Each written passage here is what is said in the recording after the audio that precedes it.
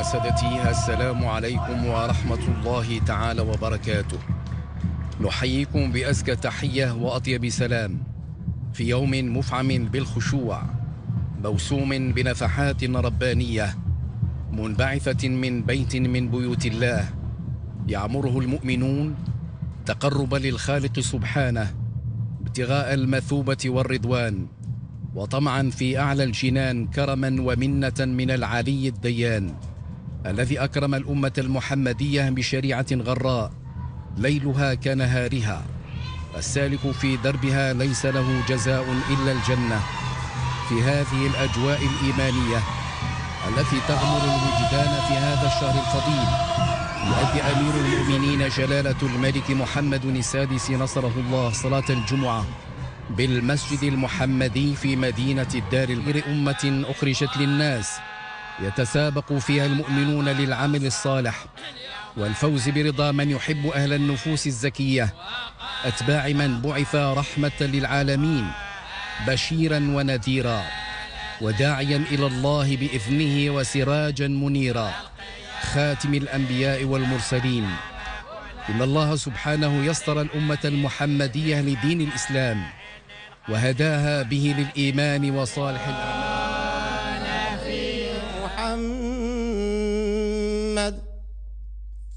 محمد أشرف المخلوق. اللهم يا رب بنصرك انصر مولانا أمير المؤمنين جلالة الملك محمدنا السادس، اللهم أيده بتأييدك ووفقه بتوفيقك واحفظه بحفظك واكلأه بعنايتك ورعايتك، وأقر اللهم عين جلالته بولي عهده صاحب السمو الملكي الأمير الجليل مولاي الحسن، وأنبته اللهم نباتا حسنا، وشد اللهم أزر جلالته بشقيقه صاحب السمو الملكي الأمير السعيد مولاي رشيد، واحفظه اللهم في كافة أسرته الملكية الشريفة، والحمد لله رب العالمين.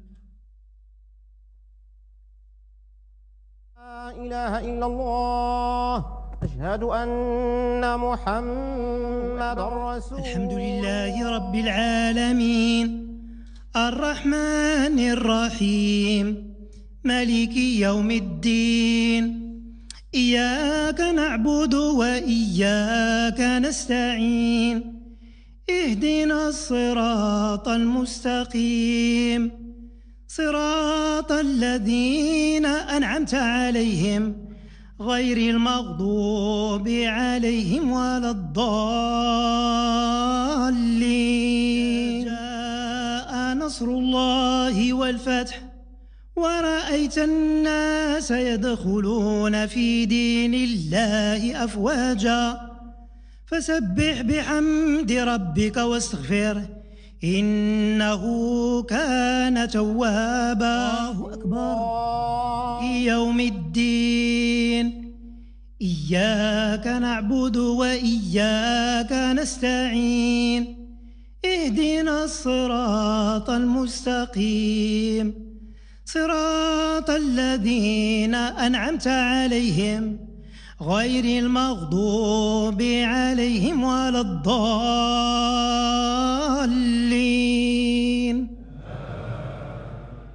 سمع الله لمن حمده. ربنا ولك الحمد.